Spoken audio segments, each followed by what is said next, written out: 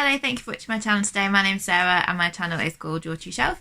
Today I'm filming a wrap up of what I've read over the last week, also what I'm reading now and what I've bought in the last week. So yeah, it's been a good reading week actually. I've read quite a bit. I got very addicted to a specific book which I'll talk about in due course. It's been a busy week at work. What else? Haven't really done much, surprise. I've been trying to make more of an effort to relax and have more downtime. So yeah, I have been doing that, which is probably why I got more reading done. So I'll tell you what I read. So I finally finished a book that you've all heard about 200 times, Testament of Youth by Vera Brittain. So as I've already told you lots of times, this is a true memoir of Vera, who was a Oxford student and then a nurse in the First World War and then an Oxford student again. This is a very big book with nearly 700 pages. And I finished the last third. So the last third is post-war and it's about feminism and activism and pacifism and developing a career as a writer. And I absolutely loved this book. This was definitely a 5-star read for me. The writing, she's a brilliant writer. She writes really well. Some of the themes are a little dated, obviously, because it's you know, over 100 years since the war finished. But it's just there are subsequent volumes of this which I'd like to read, and I just loved her writing style. I loved her as a person. She's so strong, and I like her politics and her ideologies, and you know, everything she sort of threw herself into, standing up for everything she believed in. And this is fantastic and I loved it. It's definitely going to be on my books of the year list. The next book that I finished was one that Heather sent to me, and it was Two Old Women by Velma Wallis. So this is an Own Voices story about an Alaskan legend which has been passed down through generations, and she was so it's based on an Athabascan Indian legend from Alaska, and that is the tribe that Velma and her family come from. And it's a really good story. So it's basically about a tribe who are living together and they are really struggling to find food, and it's super cold and they're all on the verge of starving to death. And they are nomadic and they travel around following the animals, and basically they decide, the leader decides that the two old women are kind of holding them back and they just need to leave them behind. And so they're left basically to starve to death and freeze to death. And they're in this massive state of shock when everyone goes off to leave them, and they decide that they may well die, but they're not going to go without a fight. They're going to try their best. And it's about what happens from there. So I'm not going to say any more in case anyone wants to read it. It's a very tiny little book. I read it in a couple of days, and it fulfilled the prompt of based on myth or something like that for the Reading Women's Challenge as well. So that was good. I enjoyed it. I gave it 3 stars. That was good. And then the last book I read was on my Kindle, and it was After by Anna Todd. And the reason I read this is because I watched the film earlier this year and I really liked the film. And then one of the prompts on the Reading Women Challenge I had left was to read a book to film adaptation. So I used that and I got the book on my Kindle. It's a series. I think there's 5 books in the series. It's YA, but it's like pretty adult themed. So I think it's for like older YA, not younger. And I absolutely loved it. Like I got a bit obsessed with it. I couldn't stop reading, and I've asked for the rest of the series in book form for Christmas. So the premise is it's about a girl called Tessa who her mum has raised her as a single mum, and she's basically always said to her, like, you have to work really hard, you have to get into a good college, you get a good career. She's been dating her kind of childhood sweetheart.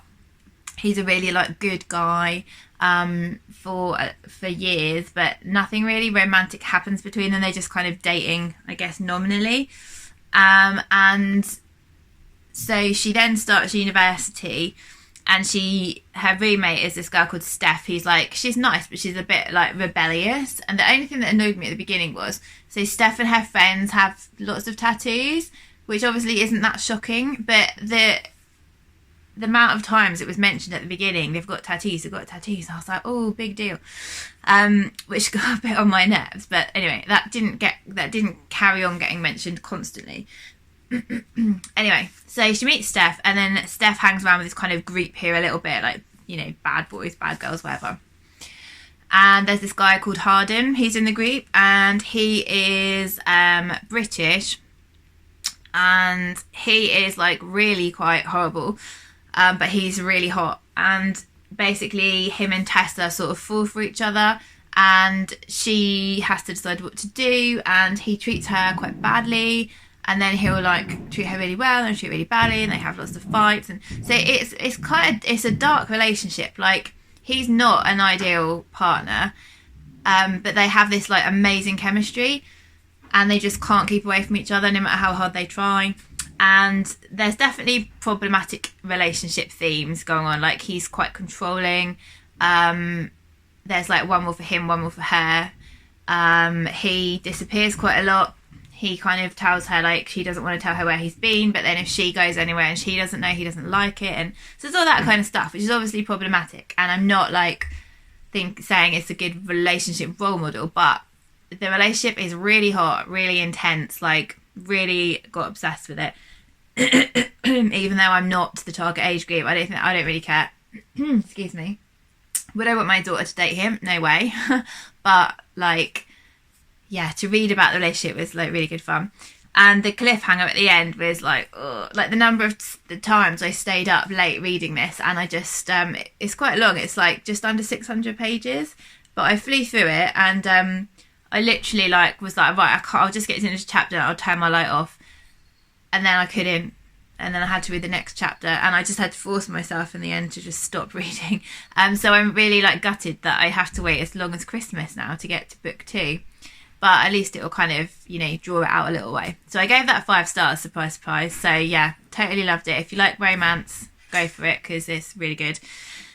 And the second film was in the cinema, and I didn't see it because of COVID. But I'm hoping it might, because the cinemas are going to open soon, I'm hoping it might still be there so that I can go and see it, but we'll see. Anyhow, yeah, can you tell I liked it? So that's what I finished yesterday. And I haven't finished any audibles. I'm still listening. So I'll talk about what I am currently reading and listening to, and then I'll go on to what I bought. So I'm currently reading I Am Not Your Baby Mother by Candice Braithwaite. So this is just the dust jacket because I always take the dust jackets off to keep them nice, and this one's gorgeous as well. This is basically about being a black British mother, which Candice is. I've only just started it this morning, so I've only read like the first sort of 15 pages or so. So she spends the first like few pages talking about the term baby mother and the connotations, and then it's starting to talk about sort of culturally what it means to have kids or not to have kids and stuff like that. So that's the sort of introduction of this. So far I'm really enjoying it. I like the writing. I'm really interested to learn what I can from it about her experience of being a black mother in this country, and also about the health inequalities, because as I mentioned before, black women are 5 times more likely to die in childbirth than white women, and I really want to understand that because that is shocking. So yes, that's what I'm reading, and I'm listening to an audiobook which I stumbled across, and I've never heard anyone talk about it before on BookTube, and it's called The Nothing Girl by Jodi Taylor, and I really like the cover. That's what kind of drew my eye to it. And then it sounds a bit strange, but it's really comforting. So it's about a girl called Jenny, and Jenny's parents both died when she was really young, so she was raised by her aunt and uncle with her 2 cousins, and she has anxiety and a stammer. And as a result of that, she has been like kind of closeted away by her well-meaning but kind of stupid aunt and uncle, who feel like everything's too big a challenge for her and she shouldn't try because, you know, it'll just make her more anxious, and she should just kind of live quietly with them for the rest of her days and not ever really experience life. And so when she is 13, she decides she wants to kill herself. And so she starts taking an overdose of paracetamol, and all of a sudden she hears this voice in the room with her. And when she looks, this sounds really bizarre, when she looks, there's like a golden horse in the room with her who talks, and this horse is called Thomas. And Thomas, I don't know if Thomas will ever leave her, but so far I'm like kind of about 40% through the book and Thomas is still there. So he basically appears and says to her, what on earth are you doing? Just stop. This is not happening.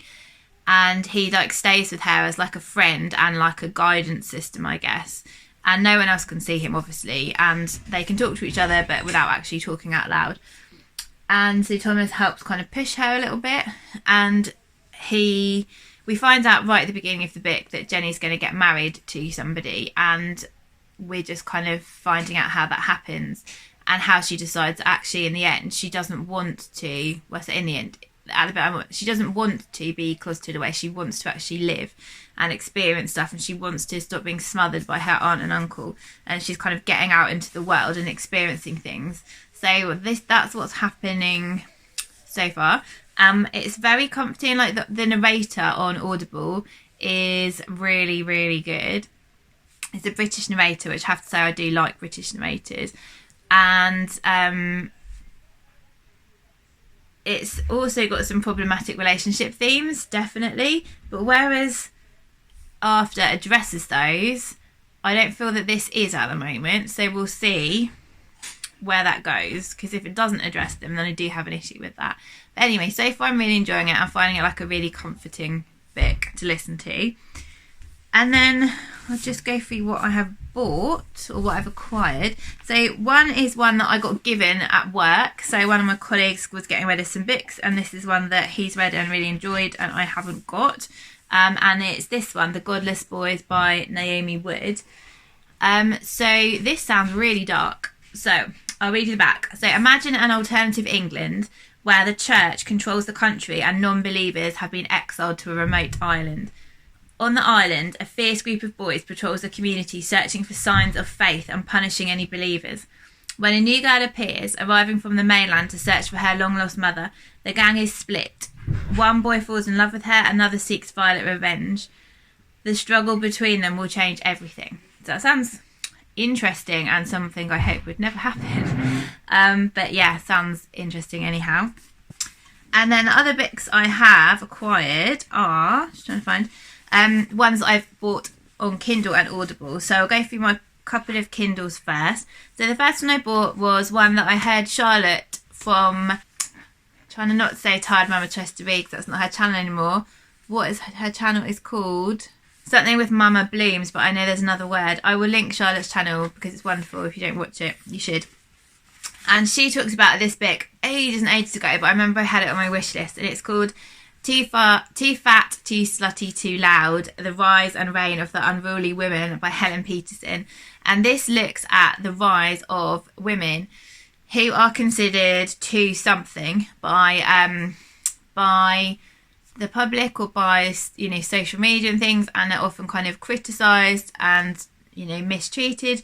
And it looks through 11 of those women. So I think they've got Nicki Minaj, Serena Williams, maybe Kim Kardashian, I can't remember. There's several sort of women who it looks at, you know, basically what they've been criticised for, and I think it's quite like a feminist book. So we're looking forward to that one. The next one was one that's been really popular everywhere, which is Beartown by Fredrik Backman. So I think a lot of people already have read this one, but I've heard really good things and I haven't read it yet. It's set on an isolated Swedish island in the woods and the forest kind of encroaches more on this town, which is cut off from everything each year. And there's like something happens to offer the town a bright future, but then there is a brutal act which jeopardises everything, and people have to decide whether they should speak up and try and get justice or stay silent and try and keep this promising thing that was supposed to happen. And it sort of splits the community. So that sounds really good. And then I have 3 audibles which I acquired. So one was gifted to me by lovely Charlie Brick, which is A Love and Colour by Bolu Babalola, which I have heard Lauren from Lauren and the Bix rave about this and say it's one of her Bix of the year. And this recreates the most beautiful love stories from history and mythology from all over the world. So I think there's ones from like African folklore, from Greek myth and legends, all different places around the world. And it gives them sort of like, I think like a sort of, I don't know if it's a modern retelling or just a modern sort of recreation, but it's supposed to be amazing. So that's short stories, which I'm really looking forward to hearing them especially. Then, another which I'm super excited about is More Myself by Alicia Keys. So this is her memoir, which she reads herself. And I really like Alicia Keys. Like, I really liked the kind of stand that she took on makeup. And, I thought, like, as a person, like, I really respect her and I like her music, and I'm really, really looking forward to hearing like her memoir and her journey to how she got where she is today. So I'm really excited about that. The last one that I bought was The Switch by Beth O'Leary. So earlier in the year I listened to The Flat Share by Beth O'Leary and I loved it, really loved it. So The Switch is, I don't know if she wrote that first or second actually, but it's read by, one half of it is read by Daisy Edgar Jones, who was, God, what was her name? From Normal People by Sally Rooney. Can't think of what the hell her name was. Marianne, that's it. So this is about 79-year-old Eileen and Lena, who's in her 20s, and I think they might be granddaughter and grandmother maybe. But Lena lives in London and she's just got told to have a 2-month break from work after she's like messed up a presentation. And Eileen lives in Yorkshire and she's looking for a romance, but there's not a lot of eligible bachelors in Yorkshire where she lives. And so they decide they're going to swap lives for, not sure, maybe the 2 months. And it's about like what happens when they swap. So Eileen goes to London and Lena goes to Yorkshire. So I'm sure it will be great because I love The Switch so much. So that's quite a full list actually. So that's everything that I have read, reading and to read over the last week. If you have thoughts about any of these books, I'd love to hear. If you just want to comment and say hi, I love saying hello to everybody. So I love it when people comment and say anything nice. And yeah, tell me what you've been reading, what you've been up to, any news or anything like that. And I will speak to you all very soon. Bye.